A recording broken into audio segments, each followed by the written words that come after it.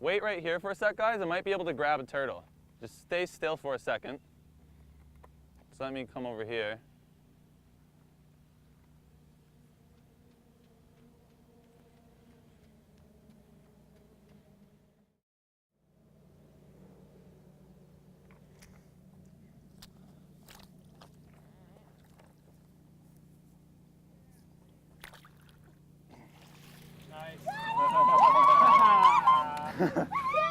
I got a little wet. I did this just for you guys, okay? Look how big this painted turtle is. Now, see this guy? He'd probably bite me if I gave him the chance because he thinks we're trying to eat him again, right? So every wild animal is going to defend itself, right? So you see how much bigger this one is than the one that I have over there? Why is it so much? You guys can touch his shell, yeah. But just don't touch his face because he's trying to bite me. So we'll see. I have a feeling this is a female because it's so big. But if you look underneath, see how it's nice and flat? Yeah. That's how you can tell it's a female. I don't know if you guys were there earlier, but the males, it's kind of all concaved, and so that they can lay on top of the female when they're making babies. Are you gonna put it back? Exactly. We're gonna put it right back where we found it, just like we should. Okay, bye-bye, turtle. You guys all want to say bye-bye to the turtle? Bye.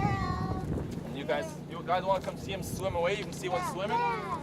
So I'm here today to help Mary with her turtle awareness project. I run the Reptile and Amphibian Advocacy Project, and I kind of just go around to public schools and conservation areas, and I like places like that, and I kind of educate the public, you know, on our native reptiles and amphibians. I kind of teach them differentiating features between them. So, you know, our native snakes that we have in this area, how to tell them apart from each other, the threats that they face, and most importantly, how we as humans can help protect them. Because unfortunately, these animals are facing lots of habitat destruction, there's human persecution, lots of negative impacts on these species.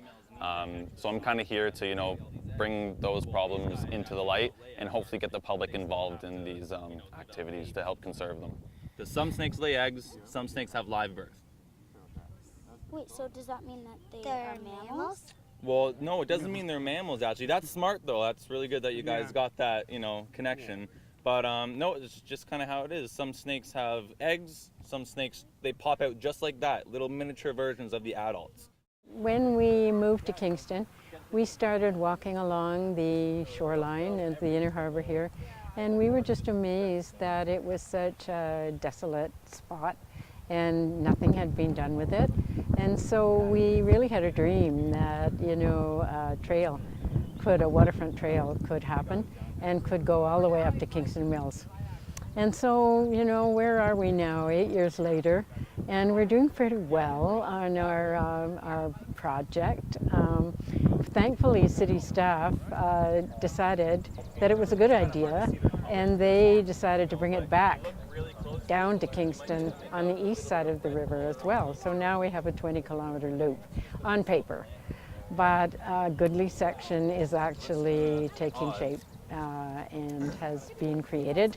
And part of that is the K&P Trail, which now, as of July 1, 2017, connects the Trans-Canada Trail to Kingston's downtown. So we're really thrilled about that. Starting out a perfect day, we always spend a few moments saying how thankful we are. So we can do it privately from your own up and out. Look at all the things that happened to you today thus far that you can remember that you're thankful for. And that would be the sunshine, the plants, the water, the wind, all the birds, the life we've seen. We've seen lots of things that we have to remember each time. But we can just say we're thankful for all of life. And in that case, we are. And I want to also then bring in the importance of us being thankful for water. Because Mother Earth is 70–80% water, so are our bodies. We are an exact duplicate of the Earth.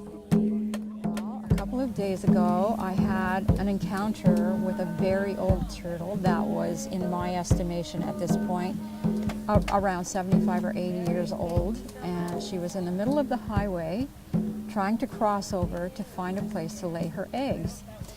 And how do I know that? it's just a feeling. And cars were whizzing around her, and I knew I had to help her, so I parked my car. And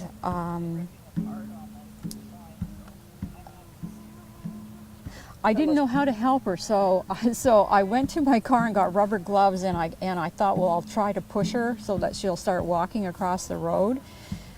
But she weighed a ton. She was very, very large. But anyway, I got her across the road, and she headed back into the water and stopped for a few moments to communicate with me. She just stopped, and she looked up at me, and it was almost like she was thanking me, and it was a wonderful, wonderful sight to see. I was so glad that she was okay, and she was just the most beautiful creature I think I've ever encountered, and it was a good day. It was a very good day. It went pretty well today, actually. I think the turnout was a bit more than we expected. Next weekend's the grand opening, so this was kind of like just getting our foot in the door with this, and lots of people showed up. We didn't have very much promotion going on, but we had tons of families coming through the park. We had lots of children coming through and learning about the turtles and the snakes and everything else we're talking about here. And yeah, it went really well. We even went for a little hike with the kids, and we showed them some native species basking on the logs and such. It's a funny thing in Kingston. It reminds me a little bit of Northern Ireland, because you have this great divide. You have Princess Street and the Protestants and the Anglicans and the money south of Princess Street, and the Bog Irish on the north of Princess Street. And this, 200 years of a lot of people growing up feeling very uneasy about coming to the North End at all, and coming to Doug Fluhrer Park along the waterfront in the North End. And I've met, quite a few people from Bay Ridge or various suburbs saying, oh, my mom told me never to come here because it was a dangerous place. And well, maybe it was 20 years ago, but look at it now. I mean, it's undergoing this truly wonderful transformation. And and the turtles. I mean, we have become completely enchanted with the turtle population here. I mean, this polluted industrial railway, old railway yard, and turtles are finding their way back and rejuvenating the earth, basically. And I think we should do everything possible that we can to help them and to help the earth, because we need all to do our part to make the earth heal.